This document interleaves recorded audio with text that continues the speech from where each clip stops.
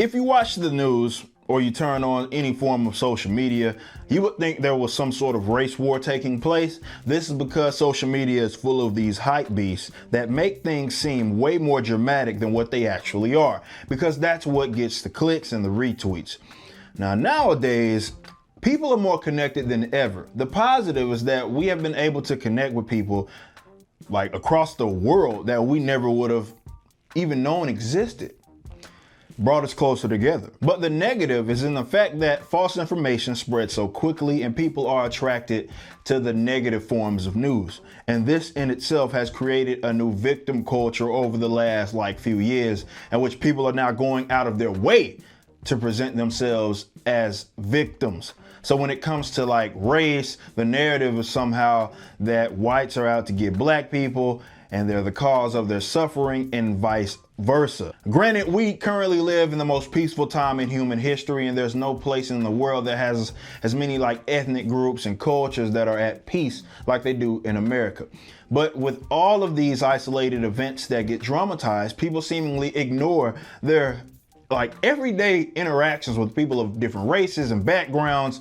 But there was a short period of time, at least to me, where people of many different races were not so obsessed with race and diversity. Considering America's history, be it slavery or Jim Crow, it makes sense as to why the tension was there back then. But now we are so far removed from that. And contrary to many people's beliefs, it really only takes one generation to eliminate the vast amounts of racism, which is why you can go from one generation to another in which one generation was very racist and the next one wasn't, because racism is this learned trait. The short period of time that I'm referencing is going into the 90s and very early 2000s. Now you think that we be less obsessed with race considering what's all around us and what we see, but we've moved backwards, if anything, due to the interactions on social media. But let's talk about that period of time going into the 90s and the early 2000s.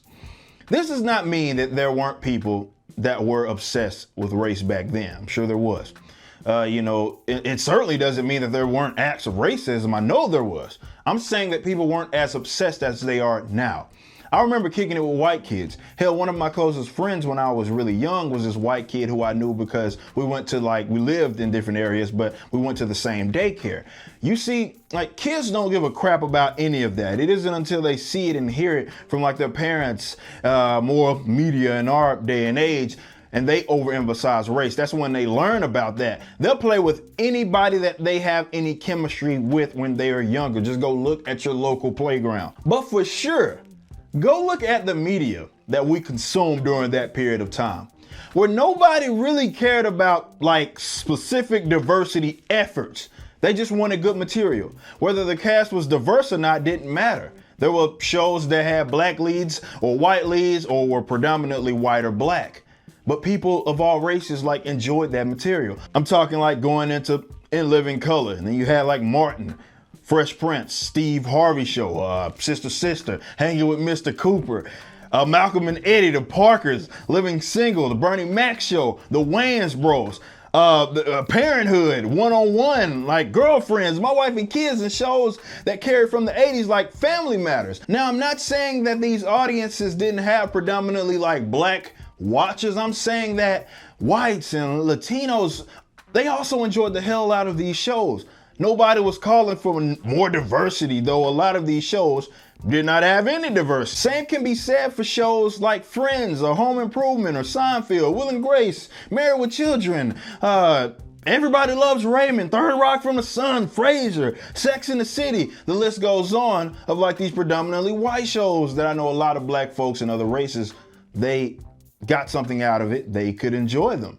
Then you had shows that had a solid mix of all races that a lot of youngsters like myself enjoyed, all that, freaking Power Rangers, and then predominantly black casted shows like Cousin Skeeter and Smart Guy.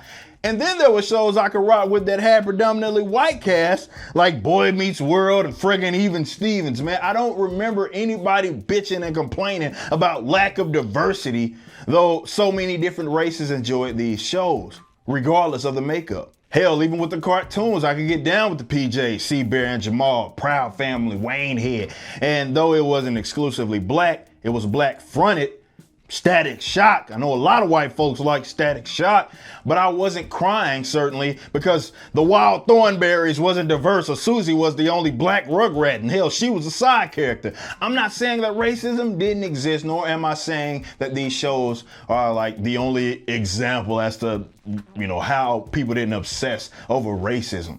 I'm saying, think about your enjoyment of these shows and the culture surrounding it when you get this nostalgia.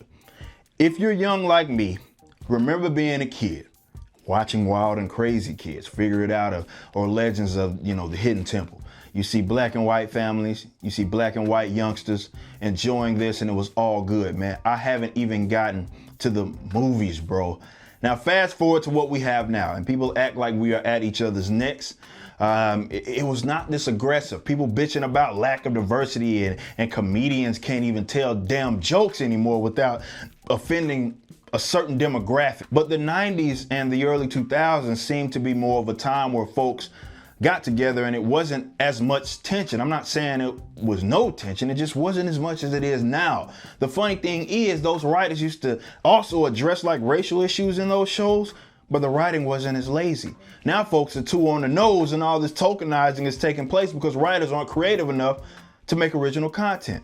I'm only 28 years old, man, so I'm a really young dude, so I get that may be my perspective. It may not be what yours is. But nonetheless, if you try to make it seem like there's this rampant racism that must be fought against, sit and think about all the interactions that you have with other races and demographics that are peaceful and cordial. Those never make the news, they will never make the news, nor do they ever get highlighted, but we all know it irrefutably happens. I'm asking you guys to take those interactions into consideration when you see some isolated event of racism that social media dramatized. The idea that we can be different and be peaceful for whatever reason isn't an idea that these professional victim types think, can sell, even though it's something that we know happens on the daily basis. What if I told you that diversity can take place without you overemphasizing diversity? Believe it or not, TV and film and cartoons did this.